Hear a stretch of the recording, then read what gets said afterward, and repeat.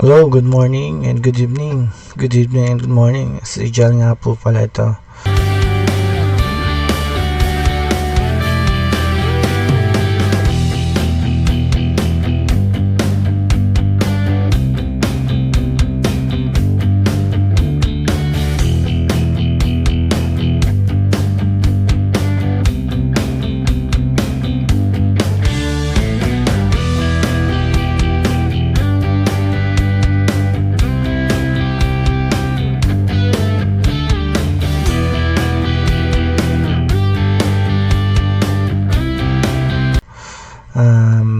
May video po ako dito. Ito po ay sagutan nila Erwin Tulfo at saka ni Richard Gomez. Medyo nagkakasagutan sila dito sa sa video ito. Panoodin po natin. Po. Thank you, Mr. Speaker. The reason why I wanted to ask the good gentlemen is because RA 9165 was passed already in the last Congress. And during this Congress, it has also been amended. And in Section 21 of RA 9165, I don't know if the good gentleman is aware, the Deputy Majority Floor Leader is aware that Section 21 has been taken up. Can you repeat that, Mr. Speaker? Tagalogin ko po. Aware po ba tayo na in Section 21 po, ito po ay tinitake up po dun sa amendments natin sa RA 9165 in the committee. Kaya nga po, Mr. Speaker, kailangan natin balikan at bilis-bilisan po ang problema po natin sa Kongreso. Kaya po tayo napupulaan ng mga kababayan natin.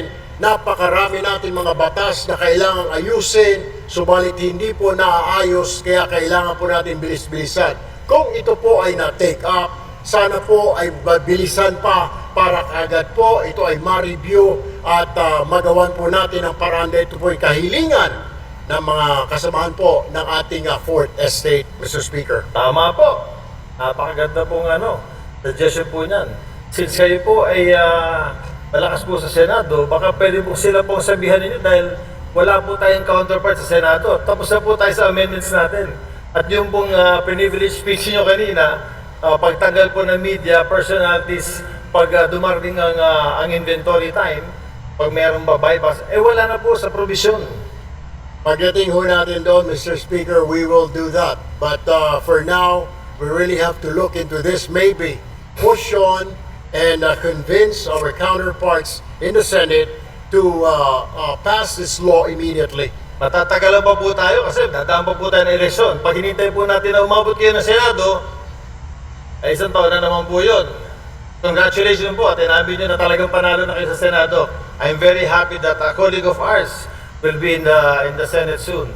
Pero ibabalik ko lang po, Mr. Senator, na ito pong hinihiling ninyo na tanggalin natin or i-amend natin sa Provision 21 of RA 9165, matagal na po naming tinabaho ito sa aming committee at tinanggal po talaga po namin to. Ang tanging hiling namin, katulad din ang hinihiling ninyo, sana nga po mapabilis natin ito sa Senado dahil Senado po, hindi ko alam pero baka pwedeng kayo na po magsalita, baka pwedeng kayo na mag-privilege speech, pakisabi na bilis-bilisan po para itong hinihiling natin na ma-amend itong Section 21 matapos na. Alam niyo ho, I will just have to correct my colleague. Hindi po ako senador, Your Honor.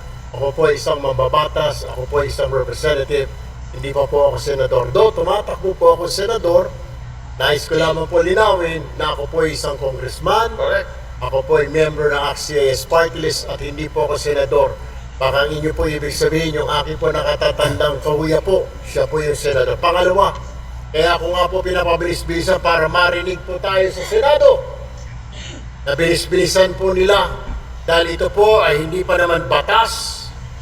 Habang ito hindi pa po batas, ala hong saysay ang pagre-review, wala hong saysay ang pagtanggal ho natin ng section na yan, Section 21. kung hindi pa naman po ito batas. What I am trying to point out, Mr. Speaker, I guess we have to do something about it.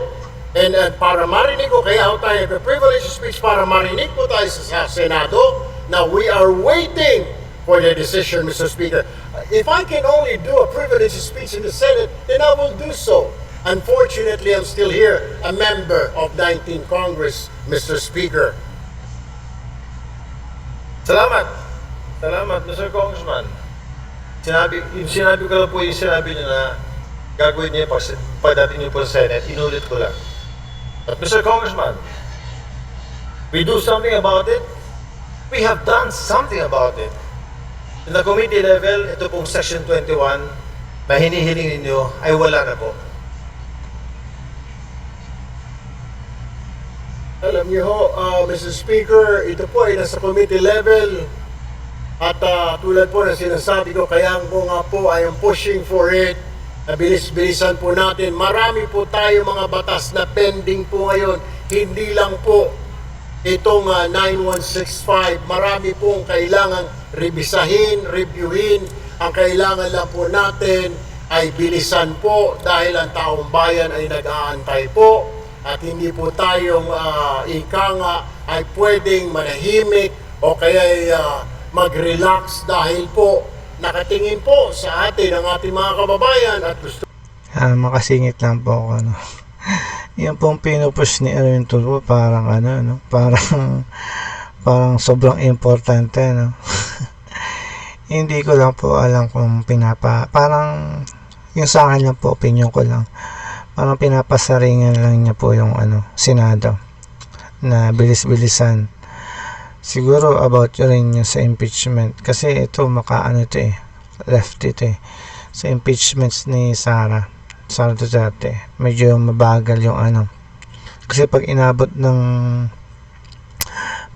at naipit yung araw na yung kay Sara Duterte, baka umulit-uli sila ng pagpa-file ng complaint.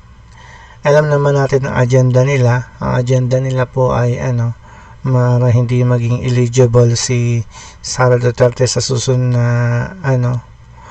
na botante sa as a president. Yun lang po ang tanging tanging agenda nila ma-abolish yung si Sara Duterte. Yun lang po. At malamang ito ay di ko nabiyayaan na rin to ni Mr. M ng milyon. Tuloy po natin. Ito po nila na bilisan ang pagpasa, pag-review, whatever, ang ng mga batas po natin, Mr. Speaker. Therefore, Mr. Speaker, I think the correct manifestation should be, since the requested section is to be amended, and it has been replaced already, Mr. Speaker, is that the correct manifestation should be, we request that the Senate should fast-track this House version of RA 9165. That, I think, is the correct manifestation, Mr. Chair. I will take that, Mr. Speaker, but what I am saying is that the reason why I stood up today to remind not only our members here, but also our counterpart in the Senate, because I am sure they're also reviewing what we're doing here and watching us to fast-track kung meron man, kung nandyan na po sa kanilang mga kamay na bilisan, because we cannot dictate them. We can only suggest, Mr. Speaker. We can only tell them and inform the public that we already did this. Tama po ang ating kasamahan na sinasabi niya pong ni-review na po yan, inalis na po yan, para malaman po ng taong bayan na wala na po yan, wala na sa kamay natin, yan po ay nasa kamay na ng Senado para bilis-bilisan po nila. And that is the purpose of my privileged speech this afternoon, Mr. Speaker, my dear colleague. Sir. Thank you, Mr. Speaker. I thought amending Section 21 was the main thrust of the privileged speech. I didn't know it was to fast track the House version of 9165. But nevertheless, Mr. Chair, yun na rin po ang inihiling natin. Since yung nire-request po ng colleague natin na tanggalin po sa Section 21, yung pagsama ng media kapag po nag-iimbentary sa mga bypass, sa mga nahuli na daan, ay wala na po sa committee level. Wala na po, pumasa na po sa atin. Sana po, another privilege speech from our good colleague will tell the Senate, bilis-bilisan niya naman, kasi binilisan na po namin. I wish I can, we will do that, Mr. Speaker, para makarating po itong ating mensahe sa kanila. Hindi naman natin pwede sila pong utusan, Mr. Speaker, kundi tayo lamang po ay pwede natin sabihin na nag-aantay po tayo. Kung naipasa na po rin natin dito sa Kongreso, then ang problema po ay nandoon. I guess we'll have to do or I have to make another privileged speech, Mr. Speaker. We shall await the next privilege speech. Thank you, Mr. Speaker. Thank you, Mr. Congressman. Yun na nga po yun na nga po na about dun sa parang may pinapasaringan si Erwin Tulfo. It's not about dun sa kanya pinupush na hindi naman masyadong importante yun. Yung pong pinupush niya po ay yung mga media daw na kailangan daw ay hindi na isama sa mga sabi nga ni Richard Gomez, sa mga bypass operation para hindi sa seguridad nila.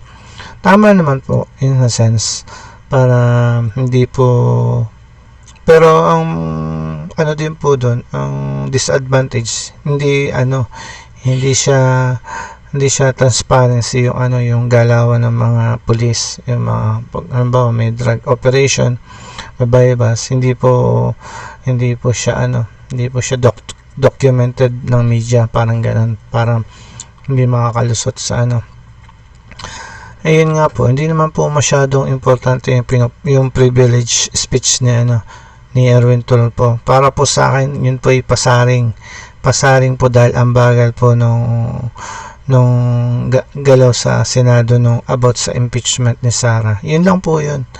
Ito po si rin po yan. Kasama po yun ni Mr. M. Pinapasaringan lang po na pabilisan yung si Richard Gomez, alam naman natin pro Duterte yan. Nasa tama po si Richard Gomez. Ako po kudos po kay Richard Gomez at alam niya ang tama at mali. Hindi po sila nabubulag sa pera. Ayan lang po. Ito po si Rigel. Ingat po kayo kung saan man kayong sulok ng mundo. Sa Luzon, Visayas, Mindanao, mga OFW. Ingat po kayo. God bless po. Lagi pong ang lagi po nating piliin ay tama po, hindi po mali. God bless po. Ingat po.